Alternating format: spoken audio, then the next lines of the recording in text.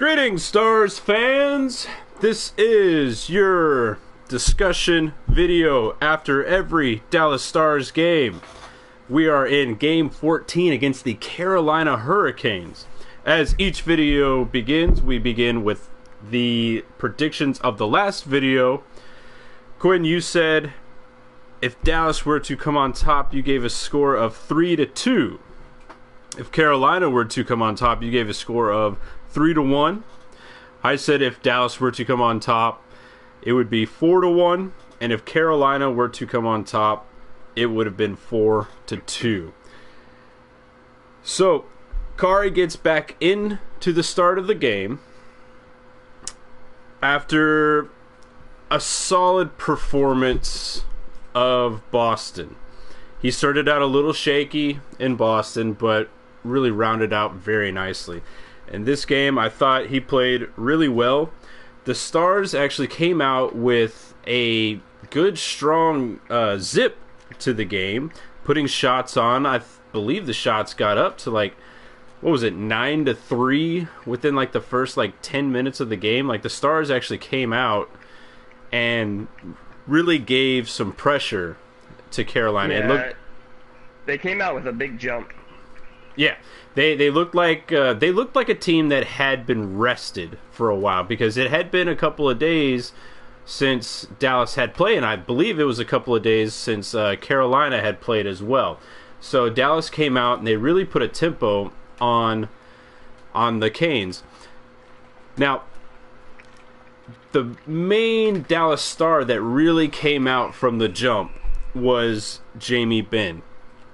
He was all over the ice. He was shooting. He was hitting. He had a ton of possession in the first period. It was really, really nice to see within that first 10 minutes. But then I started noticing that after about, 10 minutes in, halfway through the period, that the Stars seemed like they were kind of losing interest in the game. They really didn't want to be there. Now, that could just be me, but it really came to the fact that the tempo really started to slow down, because we saw throughout the game that Tyler Seguin, he couldn't hit water if he fell out of a boat. It seemed like he wasn't getting his shots on. It really seemed like he was hurrying his shots. He wasn't really thinking about the shots. He was more worried about just getting the shot off than actually wondering where the shot was actually going to go. Now, through the first period, how did you measure up the defense for Dallas? They were playing good, solid defensive play. They had little mistakes, but every team's going to have those little mistakes. Yeah, especially recover from them, and they recovered pretty good.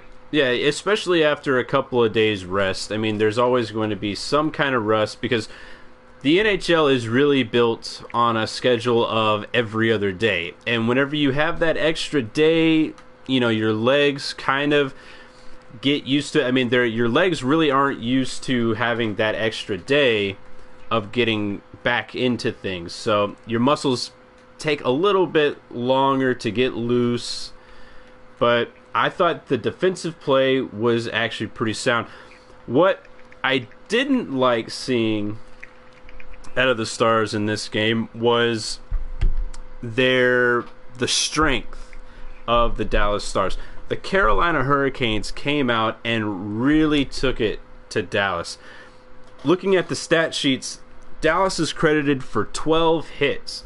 Carolina, on the other hand, is credited for 26 hits.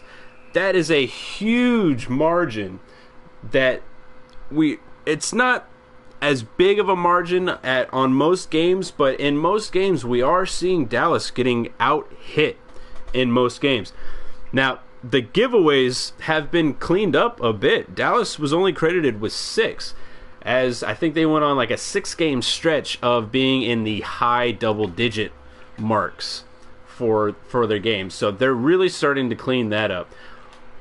But what's disturbing about the stat sheet was the Carolina Hurricanes had 19 takeaways.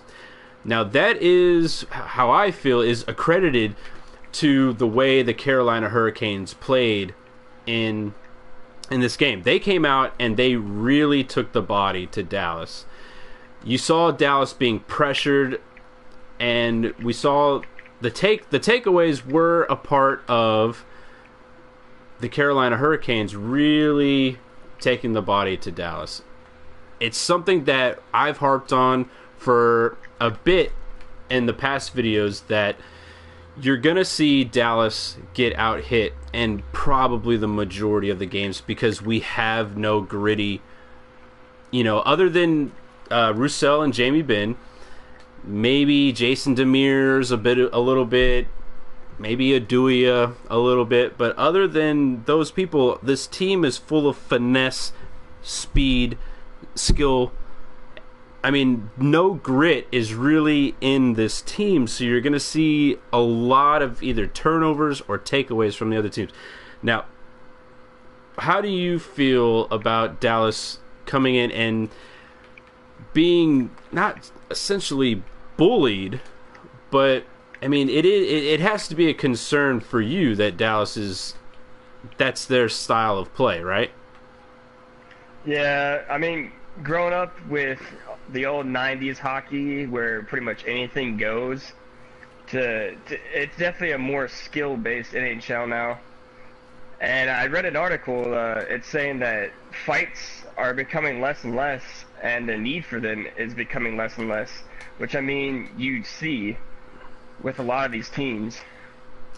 Yeah, fights are down in this year's NHL, but fighting, we can get into that in maybe a later video or anything, but fighting, I feel, is so essential to hockey and everything. It's fighting can actually turn the momentum for your team, because hell, I mean, granted, it didn't work in Chicago in their last game, but you saw Jonathan Toews take his, I think, 4th career fight in New Jersey. And it's stuff like that. Hockey is a passion sport. Now, don't get me wrong. I know if other sports fans of other sports are going to say, well, so is football, so is baseball. But you can honestly tell the passion from hockey players for how hard they play and the level of intensity that they give, especially in fighting. Fighting is so crucial to the sport, and I hope it never gets out of the sport, but yes, it is down. Now, let's talk about how you felt Kari played. He came out and, this was, other than the shutout that Niemi got on the very first game of the season opener, this was the lowest goals against, and the Philadelphia game, that he really came to his own. This was old Kari Lehtinen in this game.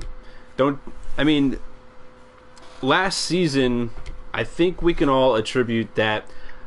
I have a suspicion that Kari was hurt last season, and he was kind of just playing through a lot of the season because we had nobody else to come in. But unless towards the trade deadline when we had Enroth come in, and we saw Enroth playing a little more towards the end of the season. But I really think Kari Lehtinen was hurt through a lot of last season, which hurt the team because we didn't have anybody else to come in net. How did you feel Kari played in this game? I think he played solid. I honestly think that he should have had a shutout in this game. Yeah. But a little poor defensive positioning you see with Jordan Staal, where he's just in front of Demers, mm-hmm. and he's there for his brother's put-in. Yeah. When you're going up against the Stahls, that's one thing that Lindy Ruff in his pregame interview that he highlighted going up against the Stahls. The Stahls are big physical brothers. that aren't really going to be pushed around. So they're going to use their strength and their speed to really get to the front of the net. And it showed right there with Jordan going to the front of the net. I mean, Jordan has made a living right there in front of the net. And so he cashes in, and it's 1-0 Dallas.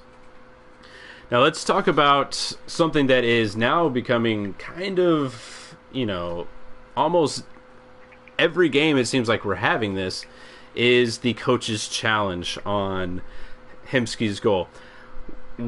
How did you feel that the coach's challenge went? I felt it was going to turn out in our favor 100%. You look at the replays that they show, and after Sevier shoots, he skates away from the net. He doesn't keep trying to drive through the net. No, I completely agree. On replays, it showed that Sevier is stepping off to the left of the net, and with Lack's momentum is taking him out of the net towards the left side, which carries him with Sevier. So I thought it was a great call that the refs had. Sevier was in no part was he trying to interfere. He was trying to get out of the way. So I thought it was a good no call or to be overturned. So hopefully these are the things that the coach's challenges is for, because that goal could have gone either way without the coach's challenge. Granted, the ref that was on the red line had called it a good goal from the get-go, but it's stuff like this that the NHL has made a good move to include the coach's challenge, because this is the type of stuff that has to get looked at, and I'm still all for the coach's challenge. Now, as the game went along, it really started to take a slow and steady burn to the game. This was one of the slowest games I think we've seen from the Stars all season.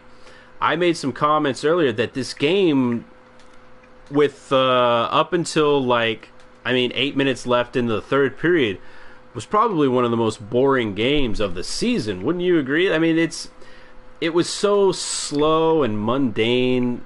I mean, the first line wasn't really getting anything going, especially with Seguin. I think Seguin had 7 shots, and none of them were on net, I don't think.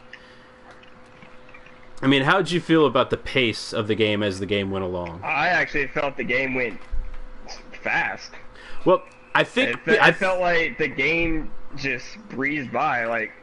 There was no stoppages, there's no penalties. I think that's the reason why. That could seem slow to other people, not as exciting, but I felt the game went by almost too fast. No, I agree the game went by fast because there weren't a lot of stoppages, but I'm talking about the speed of the actual game from the players. It just seemed like they didn't hit the gear that the Stars usually play at, and I don't know. It was a little weird.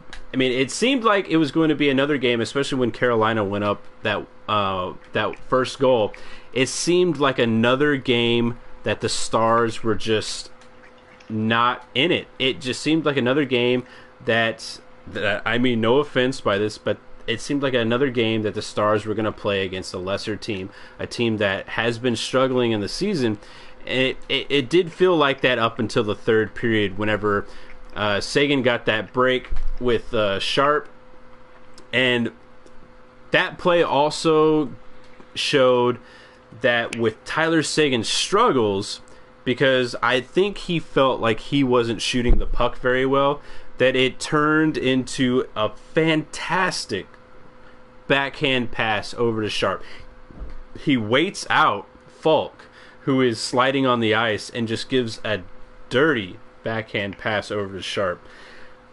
It was one of those games that the Stars needed to win. We can't expect the Stars to play at a high octane pace all season for every game. That's just not how the team is going to go over an 82-game season. But this is a game that, all in all, even though I felt it was kind of boring, it's a game that I was happy to see the Stars come out on top. And quite frankly, I mean, the Stars split the season series last year with Carolina. Carolina came into Dallas last year and beat the Stars 6-4. They put up 6 goals on Dallas. So it's not likely that the Stars will win every game. These are the games that the Stars have to win.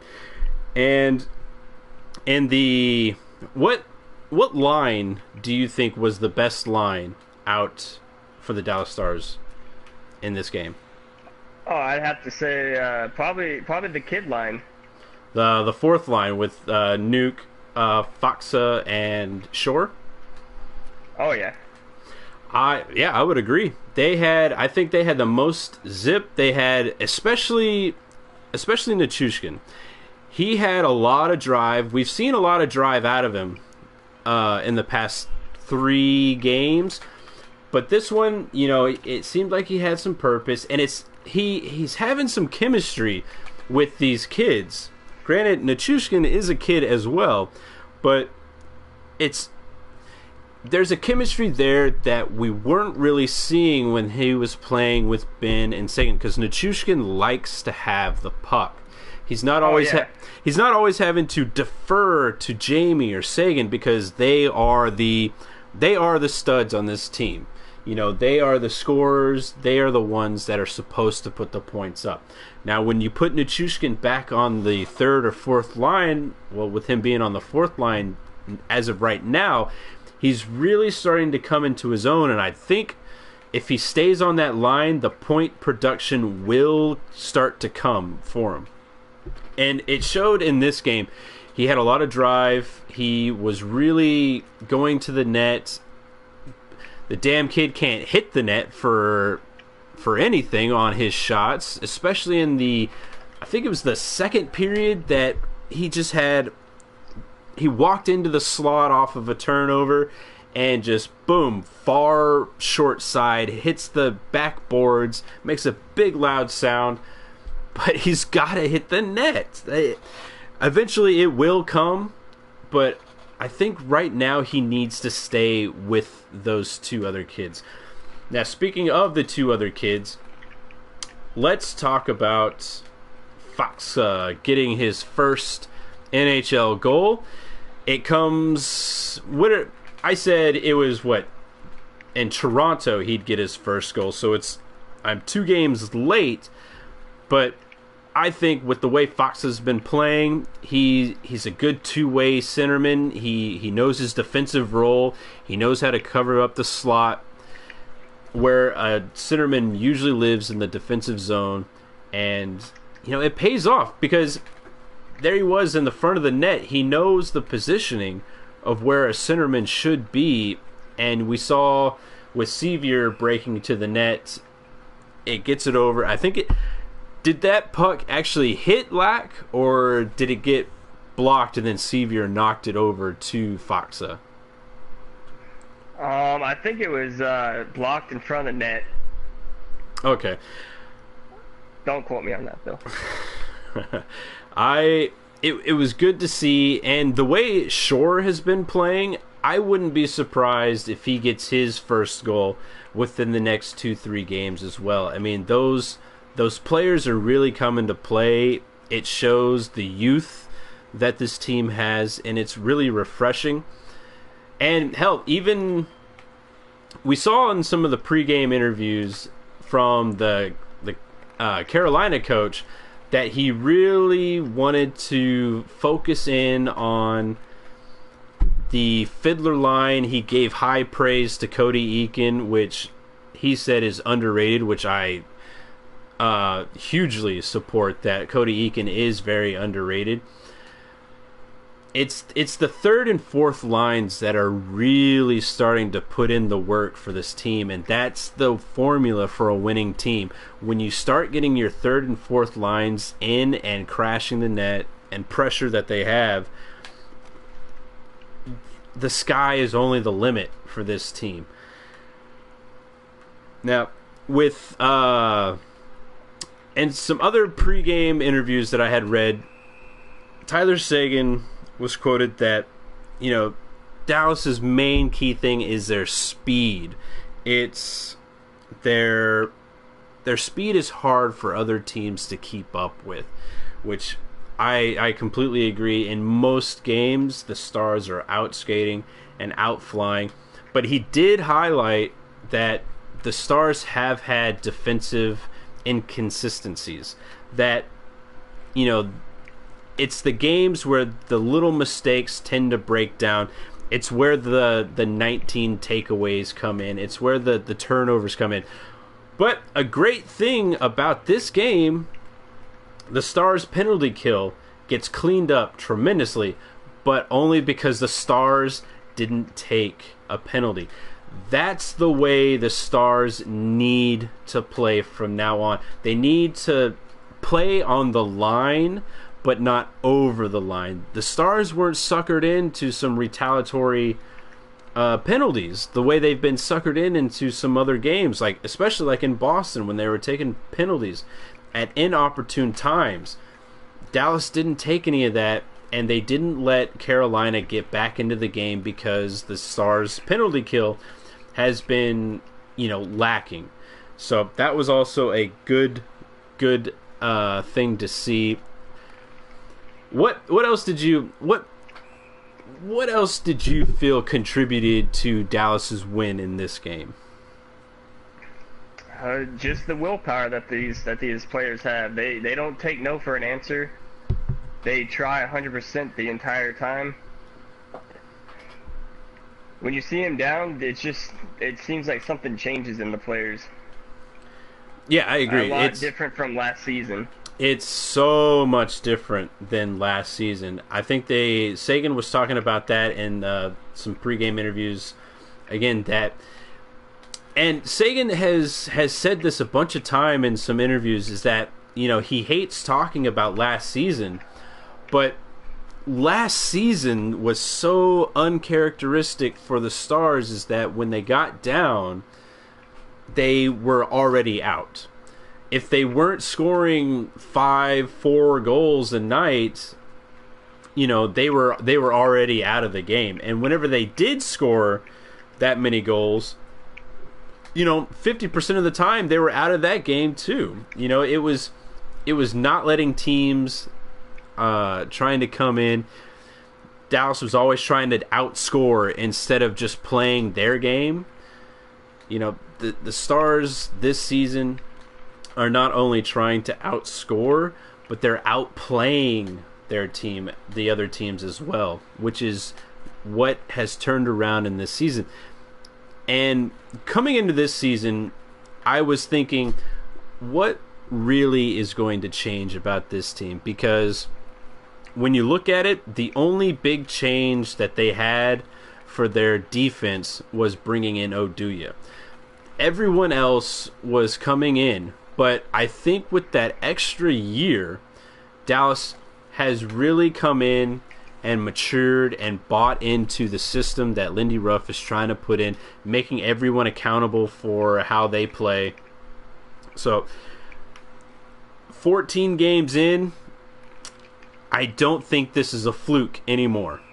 So, I think it's still early, but I think the Stars can actually maintain this. So, what was your rating for this game? I'd say probably a solid A. Ooh, okay. Any particular reason why? The reason why I didn't give it an A+ is because the poor defensive positioning on the first goal by the Carolina Hurricanes. But other than that, they played solid. Yeah, I gave them a B+.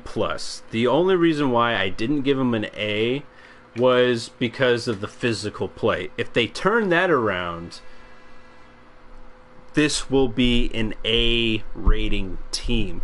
They can't let these other teams come in and push them around.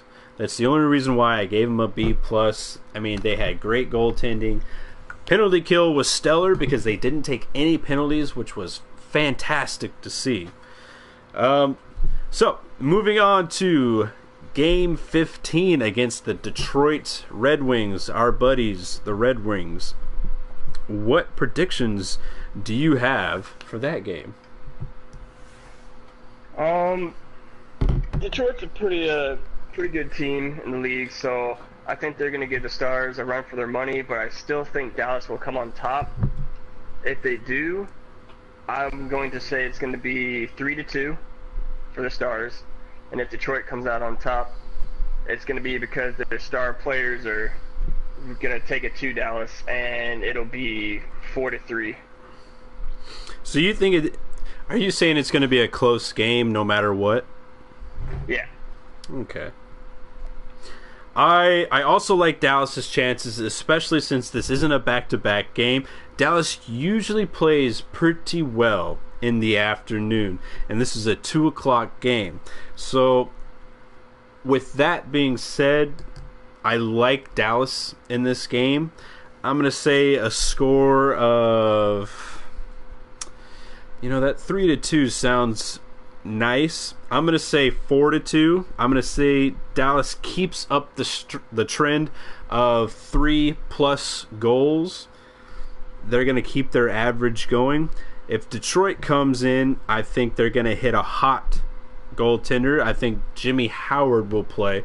I think he usually plays very well against Dallas.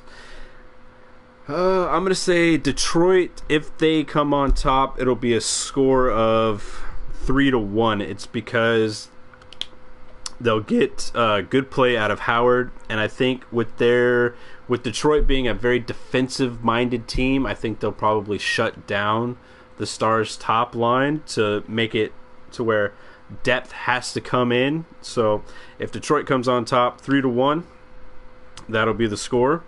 But that is the end of the discussion for this game. Be sure to check us out after every Dallas Stars game.